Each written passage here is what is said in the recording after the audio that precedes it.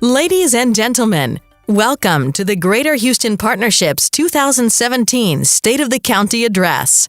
Please rise for the presentation of colors by the Harris County Sheriff's Office Honor Guard and the singing of our national anthem by Rashandra Stewart-Adams, Children's Assessment Center, followed by the Pledge of Allegiance led by Lieutenant Ruben Diaz, Harris County Sheriff's Office.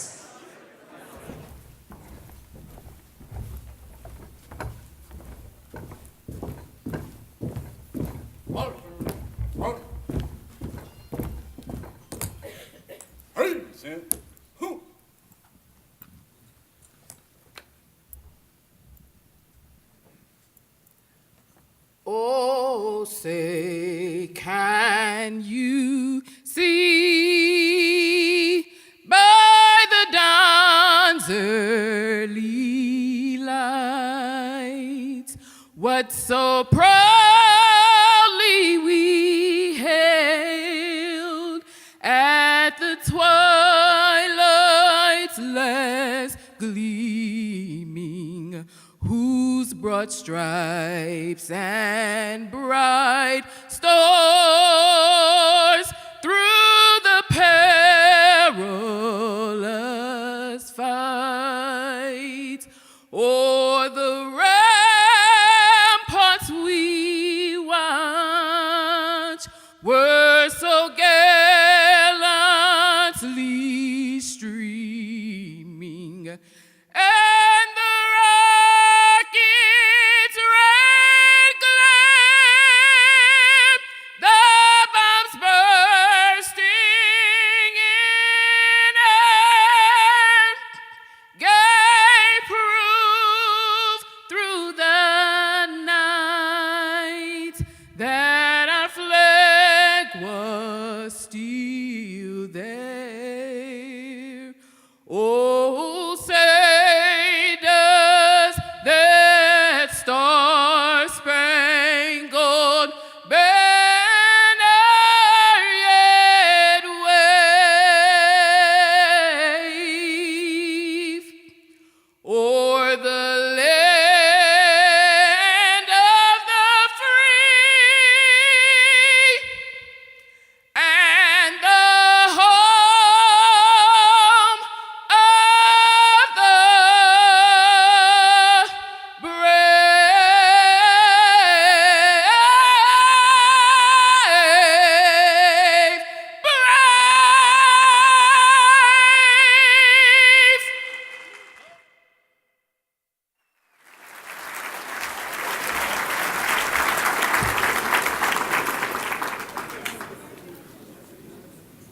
I pledge allegiance to the flag of the United States of America and to the republic for which it stands, one nation, under God, indivisible, with liberty and justice for all.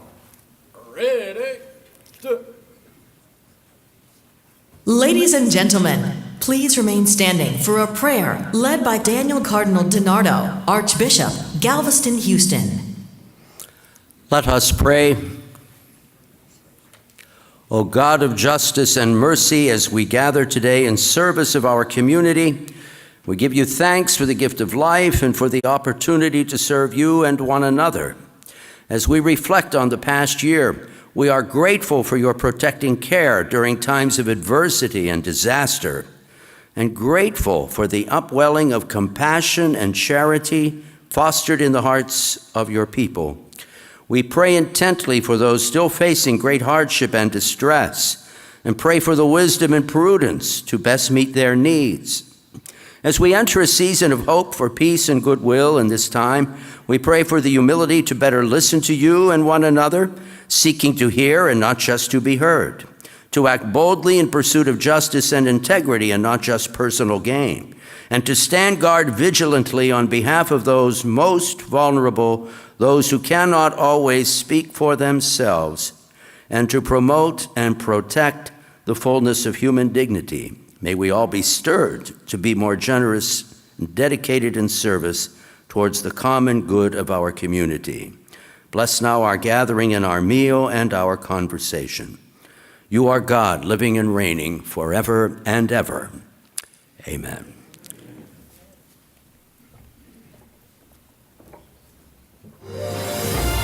Ladies and gentlemen, please welcome the President and CEO of the Greater Houston Partnership, Bob Harvey. All right. Good afternoon. Feel free to take your seats. Please take your seats. My name is Bob Harvey. I'm the President and CEO of the Greater Houston Partnership. And of course, it's my pleasure to welcome you all to the Partnership's annual State of the County event. Hey, before we get started, I'm going to let you take your seats for a minute.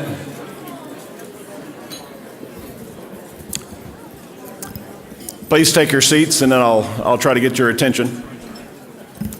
Right.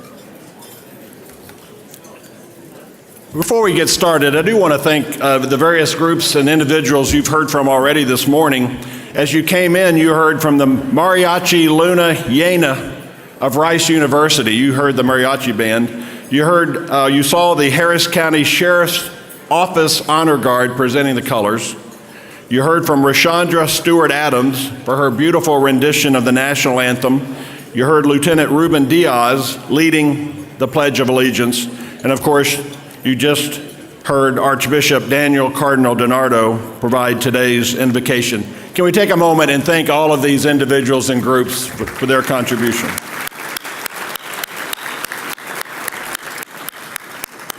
Now, all of you know that there's a bit of tension in my relationship with Cardinal DiNardo. Where are you, Cardinal? You know, when I sent my two sons, my two Lutheran boys, off to Notre Dame a few years ago, there was a little tension in our relationship as he kept saying they would come back converted to Catholicism. I pointed out it was the 500th anniversary of the Reformation, and in return, Notre Dame said, yes, they would charge them full tuition and fees. So thank you for that support, Cardinal. I appreciate that. Now let's move forward with the program. I'd like to express my appreciation to Judge Ed Emmett. Judge, thank you for all your hard work and your dedicated leadership to keep our county on an upward trajectory, but most especially, thank you for your visible, strong leadership during Hurricane Harvey. And your leadership in collaboration with Mayor Turner during that emergency set I believe, a new standard for civic leadership by elected officials facing a disaster. So can we all recognize one more time the leadership provided by Judge Emmett in that effort?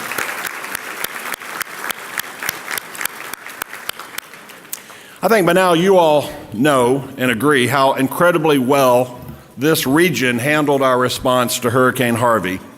We showed the nation and the world just how resilient we are as Houstonians.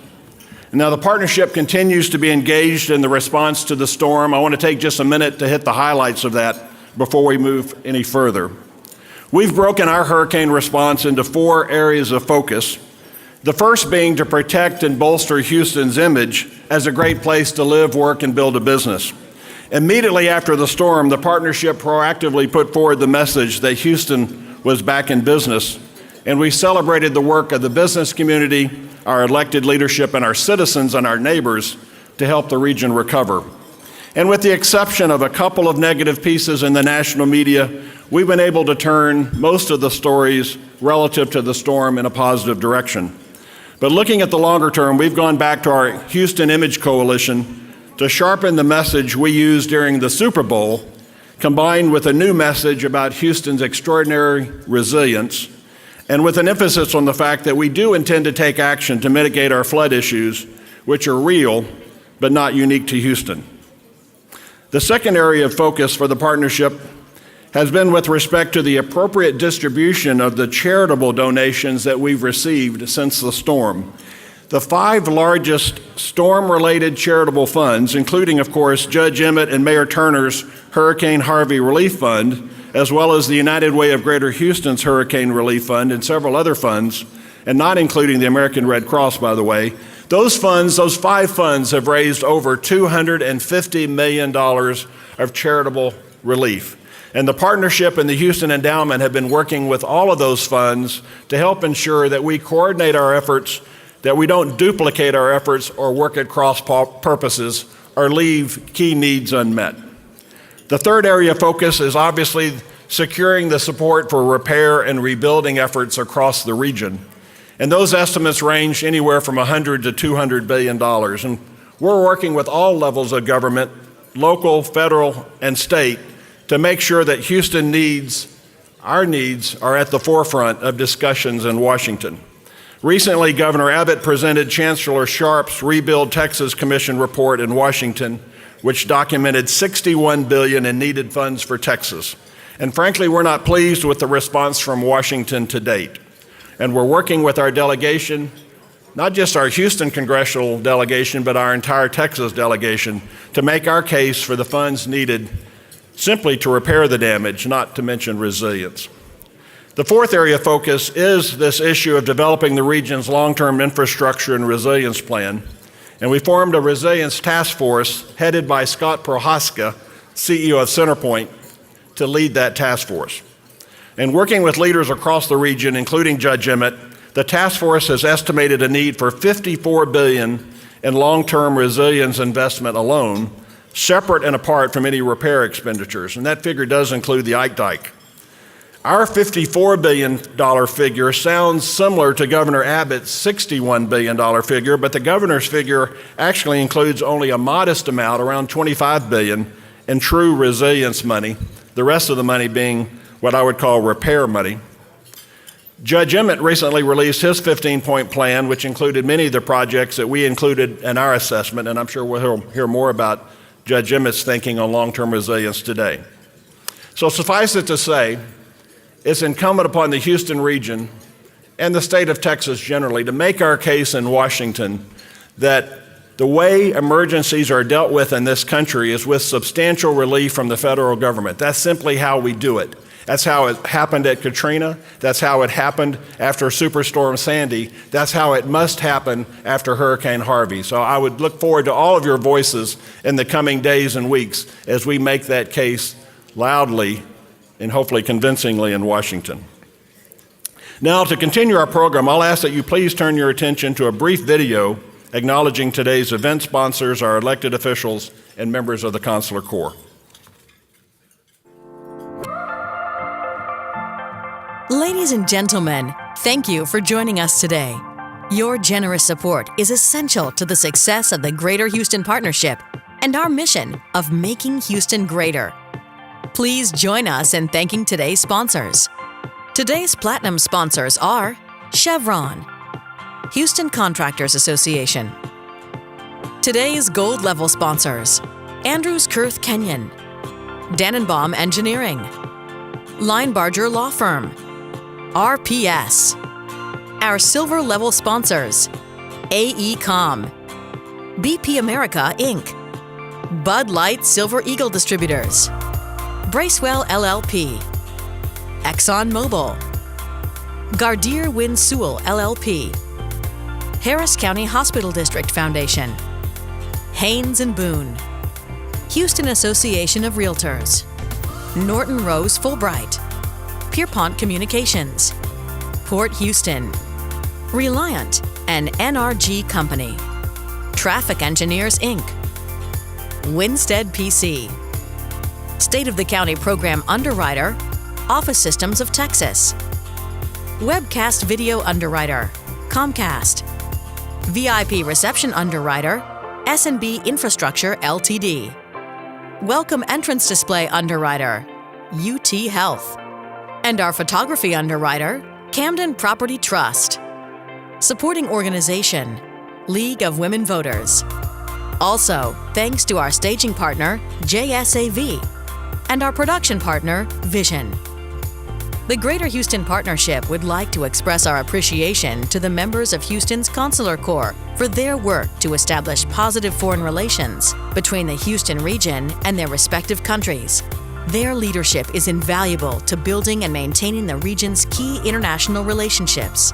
The Greater Houston Partnership would also like to acknowledge our elected officials, the men and women who represent Houston at the local, state, and federal level, for their dedication and commitment to our region. Please join us in thanking all of our sponsors, members of the Consular Corps, and our elected officials.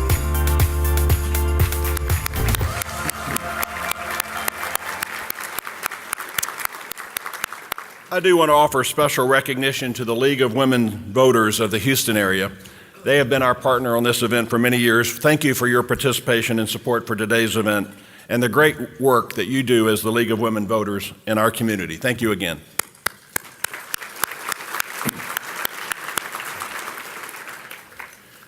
Now, I would like to take a moment to recognize our elected officials here with us this afternoon. And I'm going to begin with the Harris County elected officials and ask that each of you stand as I call your name and remain standing, and then we'll have a group applause at the end. So let me begin with Sheriff Ed Gonzalez.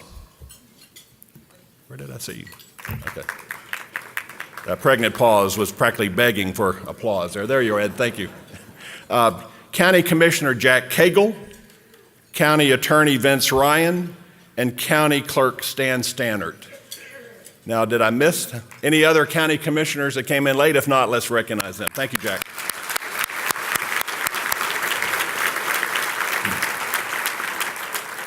I'd now like to turn to our elected officials at the state level. So again, please stand when I call your name and remain standing, and we'll recognize you all at the end. Let me begin with Speaker Joe Strauss. I know we're... Secretary of State Rolando Pablos, Texas Land Commissioner George P. Bush, State Senator Joan Huffman, State Senator Larry Taylor, State Representative Carol Alvarado, State Representative Dwayne Bohack, State Representative Jim Murphy, State Representative Dennis Paul, State Representative Marianne Perez, State Representative Sean Thierry, and State Representative Jean Wu. Can we recognize our state officials?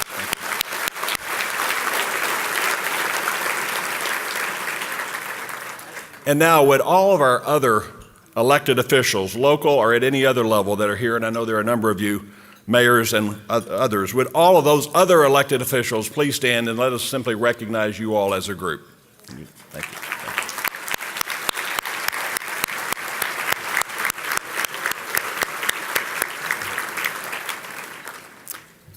Now, would the members of the Consular Corps please stand and let us recognize you as a group? Members of the Consular Corps here in Houston. There they are. Thank you all. Thanks for what you do. And finally, would the members of the Greater Houston Partnership Board of Directors please stand and be recognized? And thank you for your service to the partnership throughout 2017. All right, with that, let's continue enjoying our lunch. Our program will resume in roughly 15 minutes. We'll see you in a bit. I'd like to recognize a couple of elected officials who I missed earlier. I believe Harris County Tax Assessor Collector Ann Bennett had arrived just after I made the introductions. Ann, are you here? Could you stand and let us recognize you? Right over there. Thanks. Oh, yes. And I also believe State Representative Dr. John Zerwas. John, are you here? There you are, right there. Great. Thanks, John, for being here. All right. Now, it's my distinct pleasure to introduce the Honorable Joe Strauss, Speaker of the Texas House of Representatives, who's here today to introduce our keynote speaker, Judge Emmett. Now, Joe was first elected to the Texas House in 2005 to represent his San Antonio district and has served as Speaker since January of 2009, 5 regular sessions and a few special sessions thrown in for good measure. In this time, Speaker Strauss has built a reputation as a deliberate and confident leader. He is well respected for encouraging his colleagues to work together across partisan and geographic divides, and to provide thoughtful solutions to the most serious challenges facing the state. His approach has helped fuel Texas's economic development through a period of remarkable growth in Texas and has created certainty for the business community. He has worked hard to improve education, increase budget transparency, and secure the resources and infrastructure needed for private sector growth. And throughout his career, Speaker Strauss has been committed to pro-growth policies and a limited, efficient government held accountable to taxpayers. That is why so many people, myself included, were surprised to learn last month that Speaker Strauss would not seek re-election. We know this was not an easy decision for the Speaker, and we also know there is something to be said for making this type of decision at the right time for he and his family. Mr. Speaker, on behalf of all of us here, thank you for your years of hard work to make the state of Texas a great place to do business and an outstanding place to call home. Ladies and gentlemen, please help me welcome the Honorable Joe Strauss.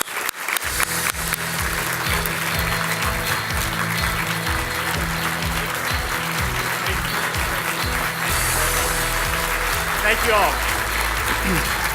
Thank you. Thank you very much. Thank you, Bob. Thank you all very much. Good afternoon. Thank you for the very warm welcome. Before I go any further, I want to make sure I thank Bob and the entire leadership of this organization. When the business community in Texas needed to be heard this year, the Greater Houston Partnership took the lead and spoke up. And Texas is a better place because of it.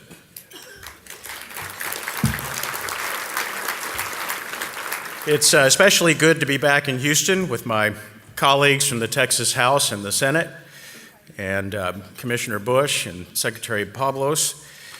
I want you all to know that all Texans, even those of us who are not from Houston, are proud of the way that this community has responded to the devastation that visited you just a few months ago. With your compassion for each other, with your resilience, you have shown the very best of what it means to be a Texan and a Houstonian.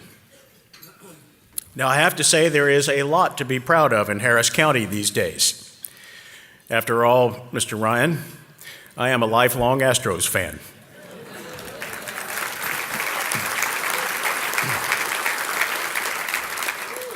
And I am certainly proud, as I know you are, of the person who I'm introducing today. He is, of course, no stranger. And because of his many years of service, it might be easy for the residents of Harris County to take Judge Emmett, Ed Emmett, for granted. But that would be a mistake, because the judge's steady leadership and his results-oriented approach have never been more needed. I first met Ed Emmett when he was a member of the Texas House about 40 years ago. And that was before he served this George Bush's grandfather in his administration, and many years before you elected him as county judge. It is no understatement to say that a lot has changed in politics since then. In recent years, we've seen the Republican Party, to which Judge Emmett and I both belong, pulled away from some of its core beliefs and principles. But Ed Emmett's beliefs and Ed Emmett's principles have not changed. He believes in listening to all points of view. He believes that locally elected leaders are best suited to make local decisions.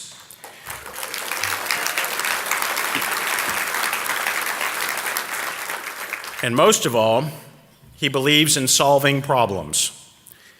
Whether he's quietly working behind the scenes or whether a natural disaster puts him in the spotlight, Judge Emmett gets results and he makes things happen. He doesn't pander or grandstand. He doesn't invent controversy just to stir people up. Instead, he leads. For years, he's brought pragmatic solutions to bear on issues such as traffic congestion, to economic development, to mental health. And he knows how to balance the very diverse needs and priorities of this large county, which is no small feat. Now, one problem that Judge Emmett does not suffer from is shyness. When someone proposes a bad idea, he speaks up, even if it means ruffling a few feathers in his own party. He puts the good of this county first, and he will not be intimidated. In that way, he's a lot like another outstanding public servant from Harris County, State Representative Sarah Davis. who's in Austin today and couldn't be with us. Judge Emmett's value was especially apparent when the rains poured down at the end of the summer. He was a calm presence who inspired trust and projected competence. He didn't waste time bragging about the county's response. He just got to work. For example, he opened a shelter for 10,000 people in less than 6 hours because he knew that's what his constituents needed. He got creative and organized citizen rescue efforts that saved lives. Now, you don't need me to tell you that while this community has come a long way since late August, there is still a very long road ahead. And that's why Judge Emmett is the perfect person to lead Harris County at this critical time. And having known Gwen for many years also, I can tell you that he is leading with the perfect partner by his side.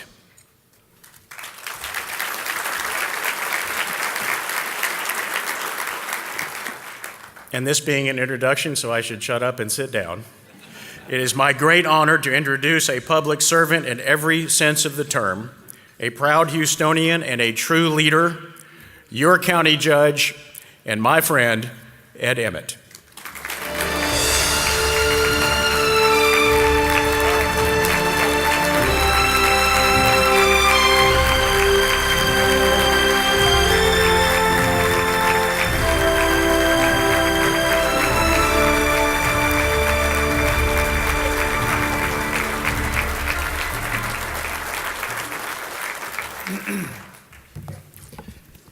Thank you very much. Welcome to NRG Center, a little county facility across the road from another county facility known as the Astrodome. But I'm not going to talk about that today. Thank you, Mr. Speaker. Just so everyone knows, I asked you to introduce me at this event well before you announced your retirement.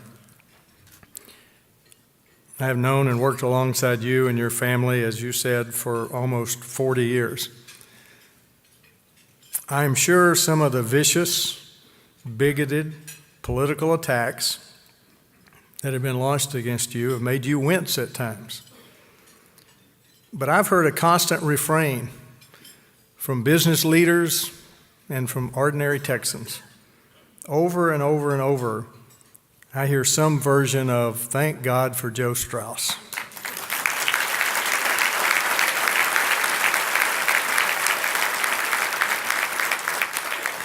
I invited you here today so you could hear it directly, but the fact that you're the first introducer of any of my speeches that's gotten a standing ovation before I did showed the heart of this community for you. So thank you for your service.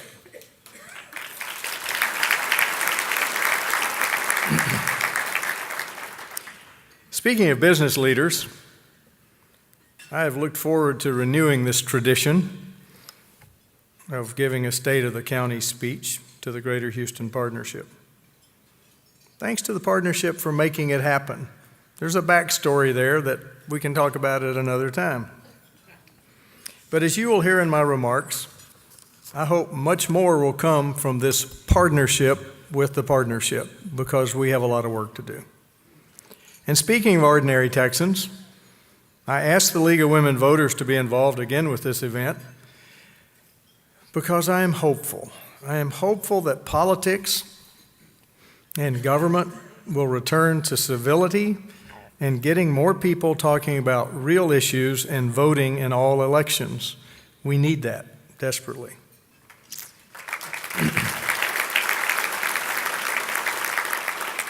To the Sheriff's Honor Guard,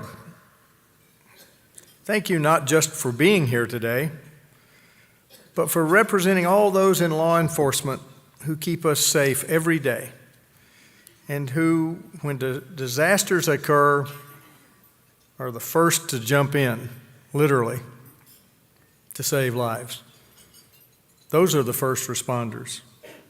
And Cardinal DiNardo, your presence is an honor. as representative of spiritual leaders of all faiths, you should be a reminder to all believers, particularly those in government and politics, that wrapping oneself in the mantle of faith does not allow you to pick and choose how to apply that faith. So thank you for being here today.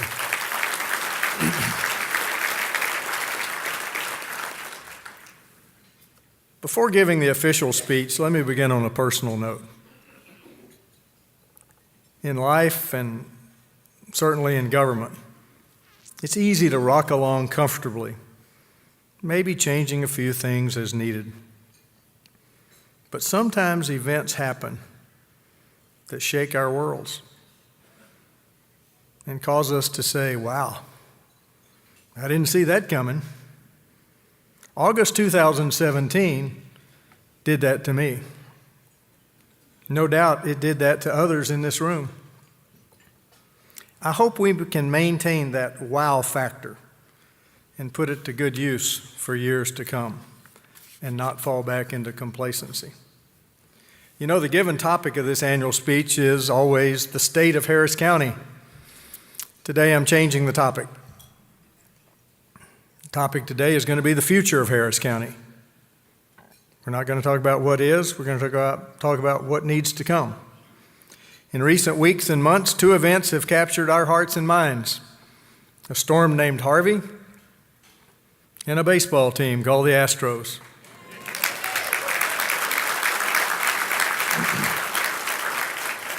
While Harvey was a matter of life and death, the Astros really wasn't a matter of life and death. We thought it was in some of the late inning games. But at the end, winning the World Series was just a sporting event. But boy, was it important to our community. Both, however, show the need to focus on the future. Rather than continue along the so-called normal path after buying the Astros, Jim Crane and his management team, including Reed Ryan, who, Reed, if you would stand up, I know they want to applaud you and the Astros one more time.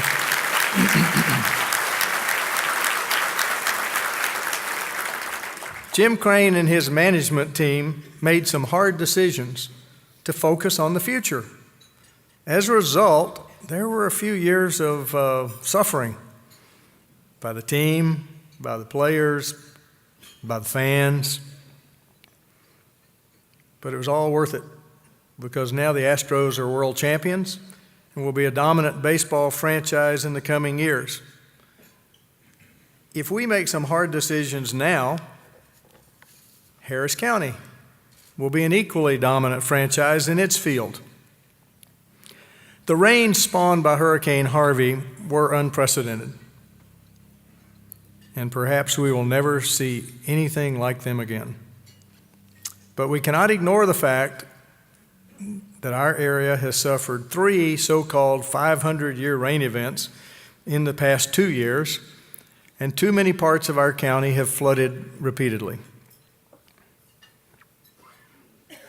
Either our definition of a 500-year rain needs to be updated, or we can hope that we're free and clear for the next 1,500 years. Obviously, we cannot rest our future on such false hope. So last month, I put forth a 15-point plan to help prevent flooding devastation in the future. The plan is not meant to be exhaustive, nor do I suggest that the ideas are original with me. Harris County and I are simply in the best position to drive the process. As county judge, I might not have the power to bring all these proposals to fruition, but I can certainly be the loud voice, making sure they are pursued and not forgotten. Overarching the plan are 2 key aspects, and you can rest easy, I'm not going through all 15 points on the plan. First, we should turn a perceived vulnerability into a real asset. Our overriding vision should be to convert the area rivers, bayous, creeks, and flood mitigation features into nature preserves or recreational and tourist areas. The second key aspect of the plan is to leverage and coordinate resources and planning at all levels, from federal to local, from Congress all the way to municipal utility districts. Just a few examples. The U.S. Army Corps of Engineers and FEMA have many projects that need to be finished. They need to be funded. They need to be funded by the federal government, their federal agencies. The state of Texas could accomplish a lot simply by using a fraction of its $10 billion rainy day fund to design and construct a new third reservoir and create a permanent nature preserve on the Katy Prairie. They can do that.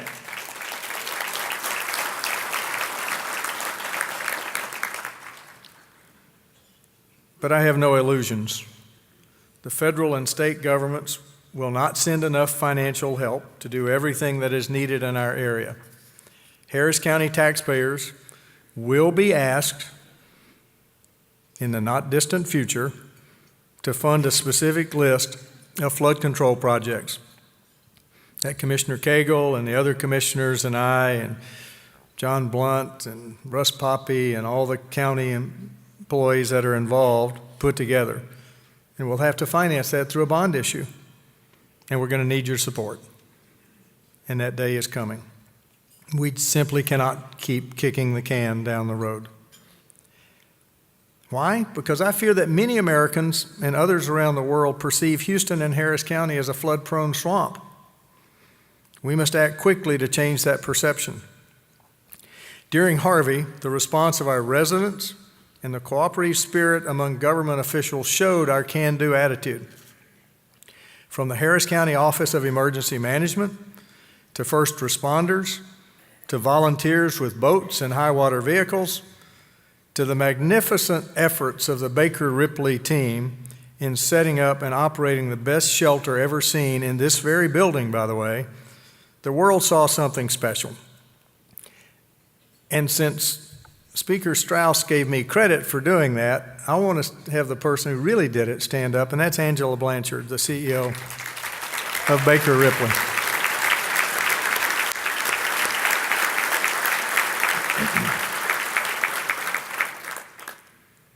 So what do we do now?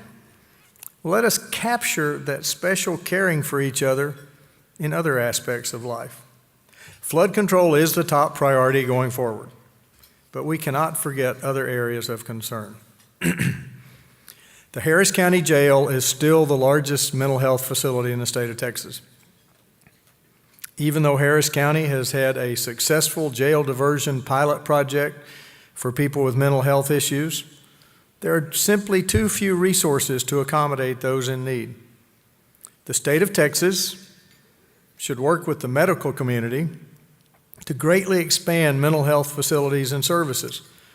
The Harris Center for Mental Health and Intellectual and Developmental Disability, formerly MHMRA, which was a lot easier to say, should re-examine all mental health programs offered in Harris County. Again, working with the broader medical community and the Texas Medical Center could provide a goldmine of innovation. We should lead the world in that effort.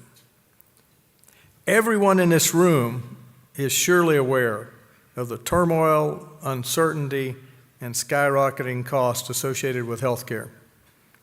Harris County is buffeted by that issue more than any other. Harris Health, formerly known as the Harris County Hospital District, is responsible for providing indigent health care. And the property taxpayers of Harris County have to pick up the tab. More than 25% of the Harris County tax bill goes straight to Harris Health. In recent years, Harris Health has done a good job of managing their resources and working with other health care providers to give quality care. But remember, Harris Health has little control over who their customers are, what their patient load is, and they have almost no control over the cost associated with that care. So the next time a state official makes a big deal about a fraction of a cent tax cut in the property tax, ask them why they won't help Harris County property taxpayers fund indigent health care. State leaders who are eager to seek federal dollars for disaster relief should also be willing to accept federal dollars to provide health care for poor people.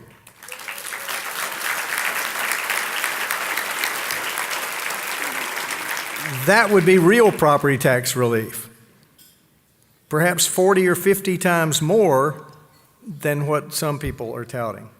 More about taxes later. I'm not through with that subject. Of course, transportation improvements will continue to be necessary if Harris County and this region are to continue to prosper and grow and live up to our potential as the gateway of North America.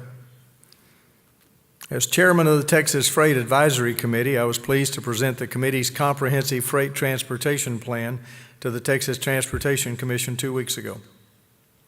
That plan recognizes the need for an I-69 bypass around the east side of Harris County, and it designates freight corridors in our areas that must be improved. But more importantly, the 2017 freight plan calls for more emphasis on multimodal movement of freight. We cannot build enough highways or have enough truck drivers to meet the coming demand. A renewed emphasis on railroads and installing new technology will be the keys to moving the additional freight to and from Port Houston and other area ports. But Harvey had an impact there too.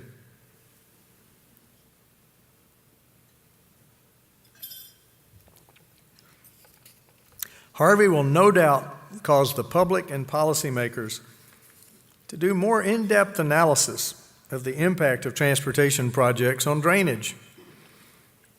And we can't take those analyses lightly. We cannot go back in time and undo some poor decisions, but we can learn from those decisions.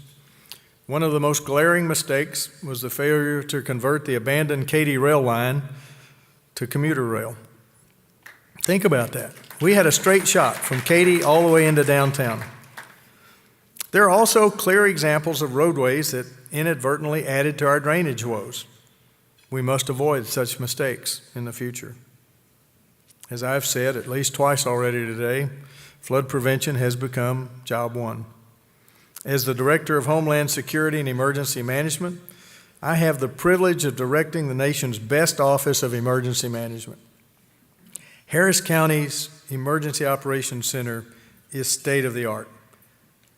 Working with the county commissioners, other officials, and county departments, we will continue to keep the residents as safe as humanly possible. In doing so, we must also maintain Harris County's reputation as a prime location to locate a business and to live and to raise a family. Notice that I said Harris County. I know the Greater Houston Partnership sponsors trade missions and is keenly interested in economic development. Most trade development activities feature the City of Houston, Port Houston, and the airport system. That makes sense. The world knows Houston. Harris County, not so much. However, many of the companies that move to Houston actually locate in unincorporated Harris County. And of course, the City of Houston, except for a tiny piece, is all within Harris County. Over the years, county government has not engaged much in international economic development. For the most part, I think that stemmed from a reluctance to spend property tax dollars on overseas travel, and that's probably wise. However, I believe Harris County needs to find another way to be part of the global process. For that reason, I have created an international advisory committee. I have hired a consultant to work with the partnership and others to advance Harris County in the international arena. A month ago, also in this very building, HC Events, a nonprofit organization formed by my office, held its 9th annual Harris County International Trade and Transportation Conference.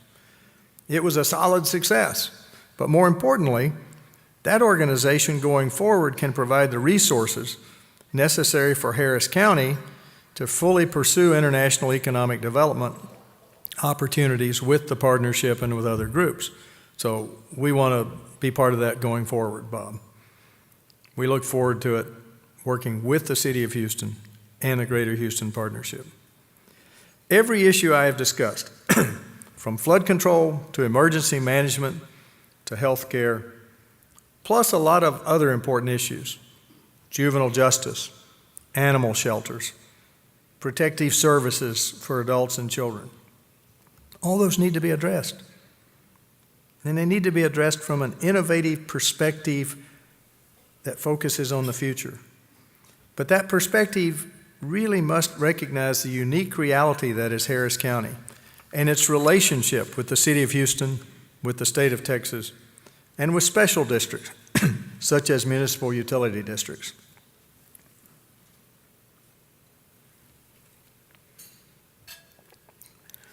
With 4.7 million residents, Harris County is the third most populous county in the nation. It's larger than 26 states in terms of population. Almost 2 million of those residents live in unincorporated Harris County, where there is virtually no ordinance-making power, and where services are funded almost exclusively by the property tax.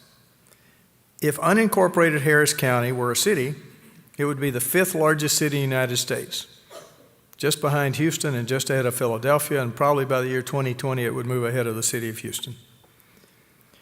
So, state leaders, and some in the legislature, are constantly proposing to tinker with the property tax at the expense of efficient, forward-looking local government. Harris County has low taxes. Harris County has exemplary financial ratings, but some state officials want more restrictions on our ability to meet the needs of our residents. Those same state leaders have shifted the public school tax burden more and more from the state onto local school districts. Then, in an effort to stir up voters, they've attacked counties and cities and other local governments, all the while offering no real solutions. That's got to stop.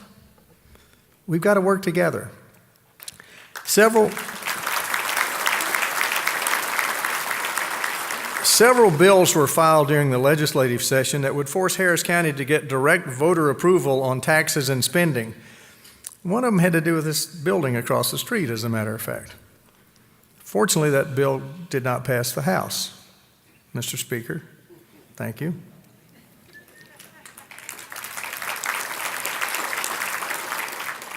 I was forever hearing the refrain, but what's wrong with letting voters vote on things?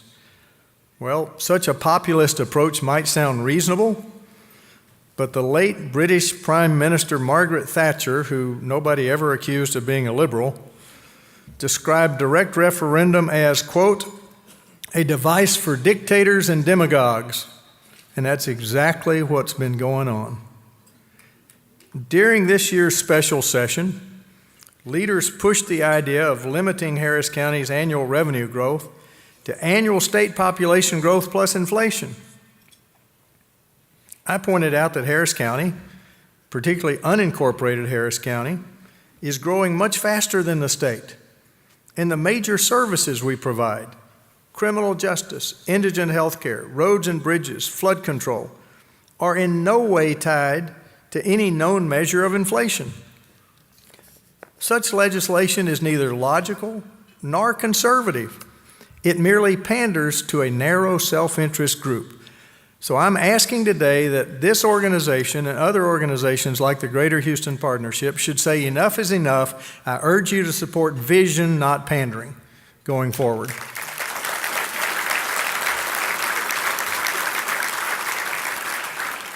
Here in Harris County, working with the City of Houston and others, we have an opportunity to create a standard of excellence in a unique urban setting. I look forward to working with Mayor Turner, and by the way, he is not boycotting. He was at the reception and he had other things to do at lunch, and so we're cool. I've only known him not quite as long as I've known you, but it's been well over 30 years. But not just Mayor Turner, but the officials from the other 33 municipalities in Harris County, as well as academic organizations such as the Kinder Institute.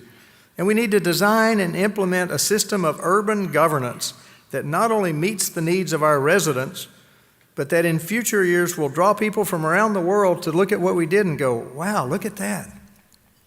That's the way we need to be doing things. If we are to focus successfully on the future, we need the state of Texas to be a key partner, because county government is an arm of the state. And cities and special districts are controlled to a large degree by the state, so I'm glad all the legislators are here.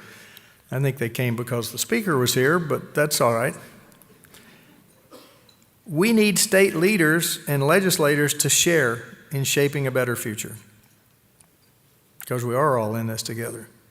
But we have a problem. Our tax system is broken. County government relies almost completely on property tax revenue, but the property tax is wildly hated, but it's wholly inadequate as a means of financing the unique urban government that we have.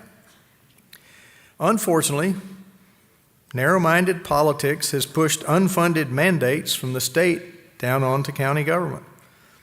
Even though Harris County has the most generous residential exemptions in the state and a low overall tax rate, certain state leaders and legislators continually criticize us. It's just pure ugly politics. And by the way, the portion of county taxes paid by businesses, I don't need to tell the business leaders in this room, is growing. We're reaching the point where the tax policies are going to be a drag on economic development. Despite this idea that, yes, we're a low-tax state, but that shift is occurring. I received my home's tax bill recently. Sorry, I'm going to talk about our tax bill. Talk about out of whack. Because of state policy and political decisions at all levels, this year I will pay, it's a public record, by the way, I'm not disclosing anything, $8,038 to the Houston Independent School District, $1,305 to the Harris County Hospital District, but only $216 to the Harris County Flood Control District. What did I keep saying our priority has got to be? It's not going to work if we keep that policy. Despite the problems facing Harris County, I am an eternal optimist. As I said earlier, we have the opportunity to become a model for urban governance.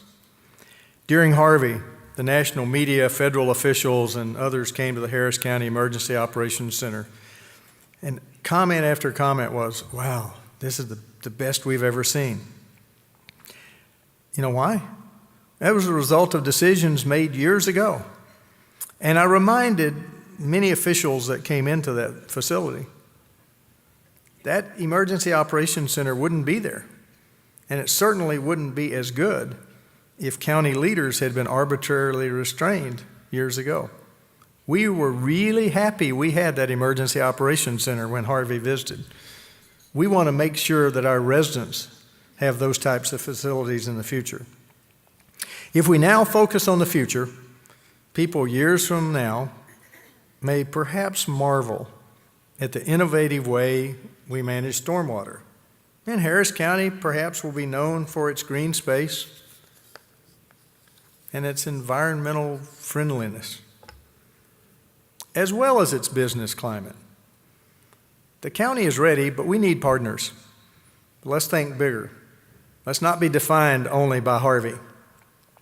When researchers look for examples of the best programs for mental health, I hope they will be able to look to Harris County, Texas.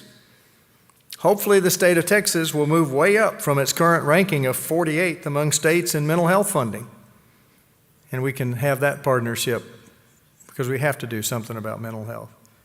When a poor person needs health care,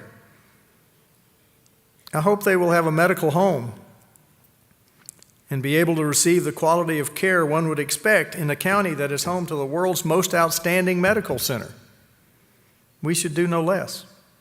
There are so many other issues to focus on for the future. For example, those whose passion is caring for animals, and I know that there's a table in the back that has several people that are really big on that. they should be able to know in their hearts that the animal shelters in Harris County are the model of compassion and that everything possible is being done to reduce the number of stray animals.